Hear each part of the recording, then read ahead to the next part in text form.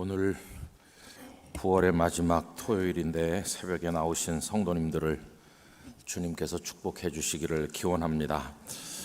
오늘 다 같이 매일 드리는 기도 하나님 앞에 올려드림으로써 새벽 기도회를 시작하도록 하겠습니다. 창조주 하나님, 지난밤 평안을 허락하시고 하루를 말씀과 기도로 시작하게 하여 주시니 감사드립니다. 날마다 정직한 마음을 더하사 죄악과 불의로부터 담대히 승리하도록 인도하여 주시옵소서. 오늘 하루를 살아가는 동안 어떤 일을 행하든 주님의 기쁨이 되는 삶을 살게 하시고 그로 인해 복음만을 전하는 성도의 삶이 되게 하옵소서. 교회와 가정에서 믿음의 대가 잘 이어지게 하옵소서. 성령님의 인도하심에 따라 저희 교회 신앙지도 원칙인 경건한 복음주의 신앙의 육성, 성서적 생활윤리의 훈련, 교회 연합정신의 구현, 세상에서 하나님 공의의 실현에 힘쓰게 하옵소서. 모든 교육자들이 성령님으로 충만하게 하시고 모든 성도들이 하나님의 말씀을 따라 믿음이 확장되게 하옵소서. 예수님의 이름으로 기도드립니다. 아멘. 다 같이 찬송가 부르시도록 하겠습니다.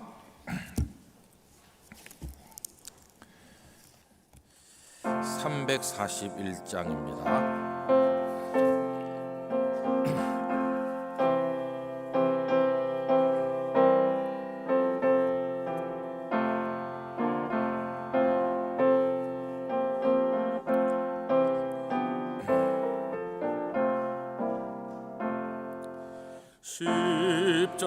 십자가를 내가 지고 주를 따라갑니다. 이제부터 예수로만 나의 보배 삼겠네. 세상에서 부귀 영화 모두 잃어버려도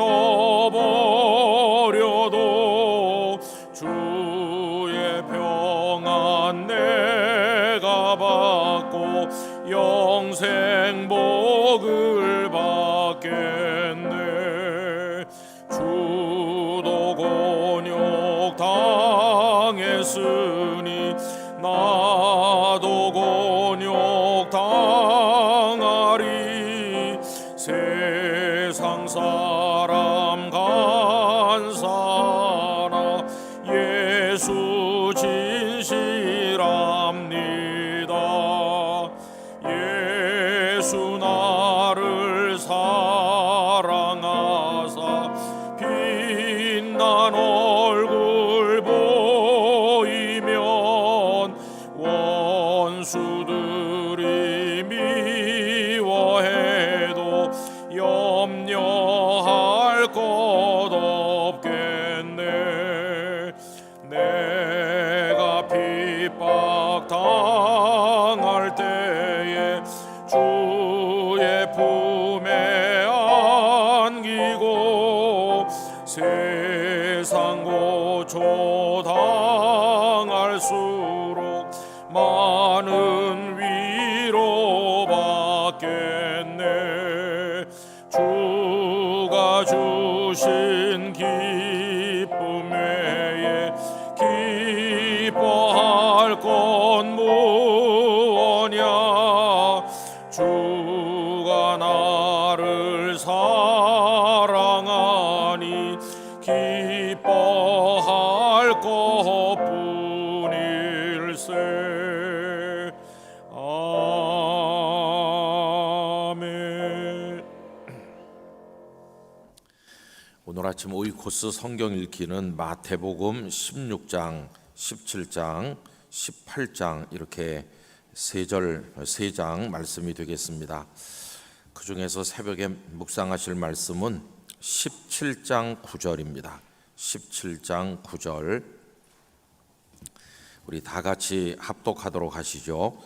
그들이 산에서 내려올 때에 예수께서 명하여 이르시되 인자가 죽은 자 가운데서 살아나기 전에는 본 것을 아무에게도 이르지 말라 하시니. 아멘.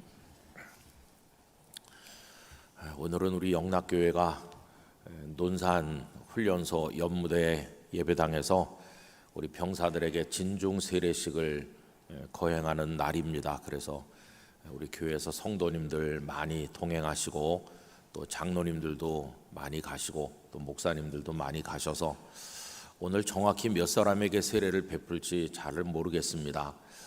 그 코로나 때는 그게 다 막혀가지고 어려웠었는데 아마 오늘 한 2천여 명 병사들에게 세례를 베풀 수 있지 않겠나 이렇게 기대를 합니다. 여러분 기도 세게 해주세요. 그래서 그 훈련소에 들어온 병사들이 좀 마음이 약해지거든요. 훈련소에 들어오면 좀 군대 생활이 힘들기도 하고 낯선 환경이니까. 그래서 마음이 약간 연약해지면 고기가 좀 약해지는 거죠. 그 틈으로 은혜가 이렇게 스며드는 건데 오늘 같이 말씀 나눌 때 우리 병사들이 은혜를 받도록 또 세례를 받을 때 성령의 세례가 그들의 심령에 임하도록 기도해 주셔서 그들이 나중에 제대하고 나와서 또 돌아 방황하더라도 택한 백성은 주님께로 돌아올 것입니다. 그래서 이 진중 세례식이 이게 소중한 겁니다. 부산에서 목회를 하면서 보니까 어떤 병사가 세례를 받고 제대를 해가지고는 아마 세상에서 좀 험하게 산 것 같습니다. 그런데 막다른 골목에 도달하니까 내가 세례받은 사람이었구나. 그게 생각이 나서 제가 목회하는 교회에 찾아왔어요. 찾아왔을 때는 나이가 조금 들어가지고 이제 온 거죠. 세상에서 방황하다가 왔으니까 굉장히 진지하게 이제 예배에도 오고 이렇게 했습니다. 그러더니 이제 교회에서 그때는 학습 제도가 있었을 때인데 학습 세례를 시행합니다. 광고를 하니까 찾아왔더라고요. 그래서 목사님 저 이번에 세례 좀 받았으면 합니다. 세례 안 받았냐? 했더니 훈련소에서 받았다는 거예요. 그래서 2번은 안 준다. 그러니까 왜 안 줍니까? 그때는 건성으로 받았고 이번엔 진짜로 받으려고 한다고. 그래서 세례는 한 번만 받는 거고 하나님의 은혜가 중요하다 기도하면서 마음의 세례를 성령 안에서 받으면 된다. 그렇게 얘기해 줬습니다. 근데 그 젊은이가 교회로 찾아오게 된 끈이 뭐냐 하면 그 세례 받은 거였어요. 그 세례 받은 거가 주님 품으로 인도한 거죠.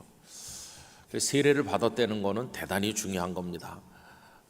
종교개혁가인 마틴 루터가 어려운 일을 많이 겪을 때 방황도 많이 하고 좌절도 많이 했지만 나가서 외쳤다고 그러죠. 나는 세례 받은 사람이다. 이렇게 외쳤다는 겁니다. 여러분 우리 안에 주님의 영이 함께 하시고 세례를 받는다는 거는 인을 치는 것과 같아요. 너는 내 것이다. 그래서 우리가 하나님의 사람이 되는 겁니다.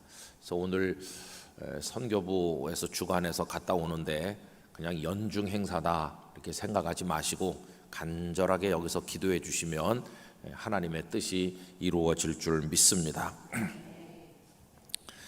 오이코스 성경 읽기가 이제는 구약 성경을 끝마치고 신약으로 넘어왔는데 늘 이거 하다 보면은 신년 벽두에는 성경을 잘 읽어야지 이렇게 생각하시지만 그게 잘 안 되는 분도 많으시다는 걸 알고 있습니다. 여러분 그래도 늦었다고 생각할 때가 제일 빠른 때라는 말이 있습니다. 열심히 지금부터라도 성경을 읽어서 한 절 한 절이 우리들에게 영혼의 양식이 되기를 간절히 바랍니다. 이 17장은 1절부터 보면은 예수님께서 소위 변화산에 올라가셔서 그 형체가 영광스럽게 변화된 내용을 담고 있습니다. 그 변화산에 12제자가 다 올라간 것은 아니죠. 베드로, 야고보, 요한 3사람만 올라갔는데 우리 주님의 모습이 사람의 말로 형언하기 어려울 정도로 영광스럽게 변화되었습니다. 그 변화산에 나타난 예수님의 영광이 앞으로 우리가 누리게 될 영광입니다. 우리가 다 주님 나라에 이르게 되면 이 땅에서는 상상도 못할 하나님의 영광 안에 거하게 될 것입니다. 그런데 그 변화산에 예수님 홀로 계셨던 것이 아니고 그곳에 모세도 엘리야도 나타나셨죠.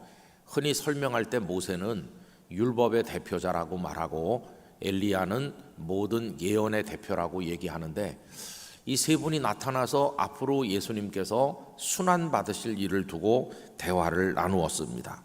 근데 이 모습을 보고 베드로를 비롯한 제자들은 뭐 너무나 황홀해서 어쩔 줄 몰랐죠. 그래서 베드로가 여기다 초막셋을 짓고 뭐 이런 얘기를 이제 하지 않았습니까? 자, 그래가지고 산에서 내려오는 거죠. 하늘에서 음성이 들리면서 이는 내 사랑하는 아들이니 너희는 그의 말을 들어라 이렇게 하고, 평생 상상도 못할 황홀한 모습을 체험하고 산에서 내려와요. 근데 여러분, 그 상황이 어떻습니까? 세 사람은 산 위에 있었고 나머지 9명은 지금 산 아래에 있잖아요. 남이 못 본 것을 본 사람은 우선 무슨 생각이 들까요? 못 본 사람에게 가서 그걸 말해주고 싶은 아주 강한 충동을 느끼는 거죠. 충동.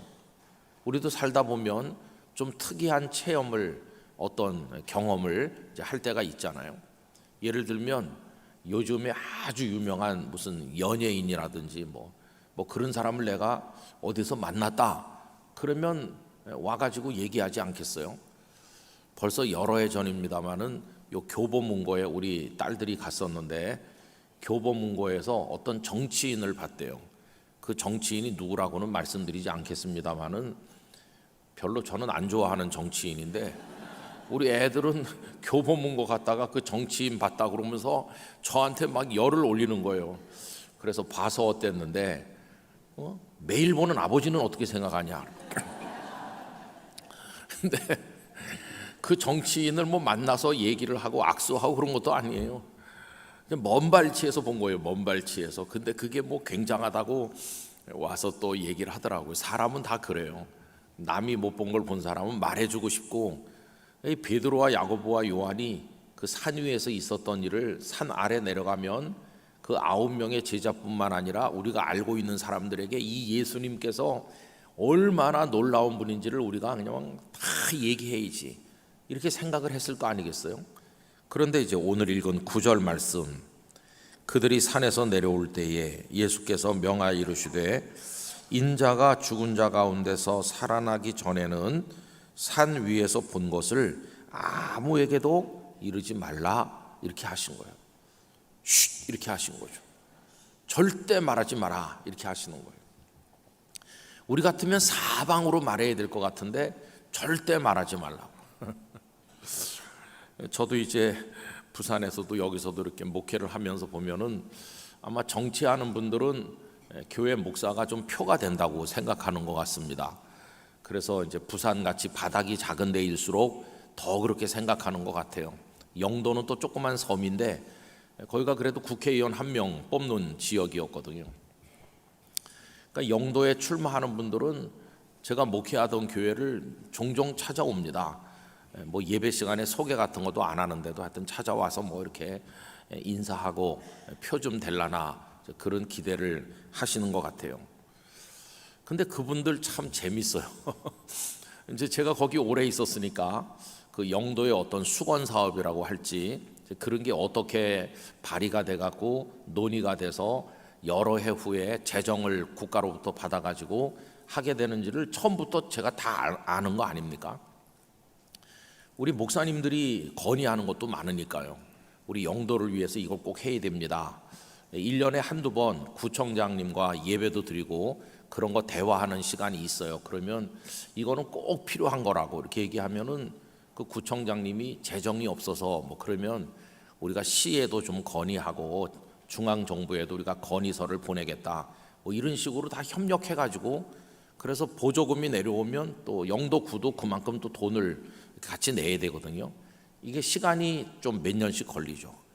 그렇게 이제 밥상을 막 차리는 중에 이제 국회의원이 오시는 거예요. 숟가락 들고 오셔가지고 지금 뭐 먹냐 오늘.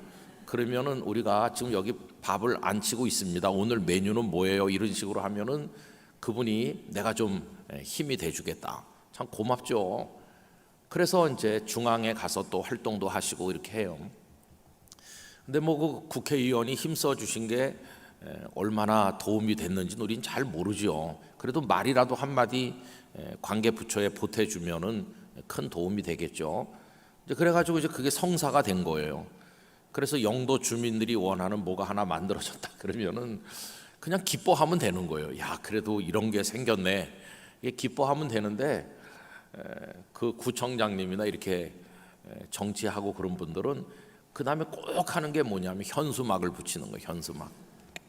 그래서 구민 여러분, 뭐 영도의 수건 사업을 뭐 100억 뭐 200억 해서 이번에 실현했습니다. 구청장 홍길동 이렇게 지나가다 보면 아니 다 우리가 제안해 가지고 우리가 아이디어를 들여서 했는데 우리 얘기는 없고 구청장님이 하셨나 이렇게 생각하면 골목 돌아서 차 돌리면은 그 다음에 더 큰 현수막에 국회의원께서 여러분 이번에 중앙에서 재정을 내가 얼마 따왔습니다. 국회의원 홍길동 뭐 이렇게 또 써 있는 거예요. 다 그렇게 하고 싶은 것 같아요. 내가 뭐 했다고. 저도 참 겁나는 게 그겁니다. 나중에 은퇴하고 늙어가지고 다 80, 90 넘어가지고 앉아가지고 내가 목회할 때 말이야 이러면서 그런 소리 하고 늙을까봐 걱정이에요, 사실은. 근데 하나님 우리에게 뭐라고 하시냐면 이렇게 하시는 거예요. 말하지 말라고. 그 영광 그거 말하지 말라고. 그럼 여러분 영원히 말하지 말라고 그랬나요? 그건 아니에요. 영원히 말하지 말라고 하신 건 아니고 거기 딱 뭐가 하나 붙어 있죠, 그죠? 언제까지 말하지 말라고 하셨습니까? 죽은 자 가운데서 살아나기 전에는 말하지 말라는. 그럼 이제 죽은 자 가운데서 살아나신 후에 십자가 지고 죽으시고 부활하신 그 다음에는 사방에 다니면서 말해라. 오히려 더 열심히 말해라. 이렇게 하신 거죠.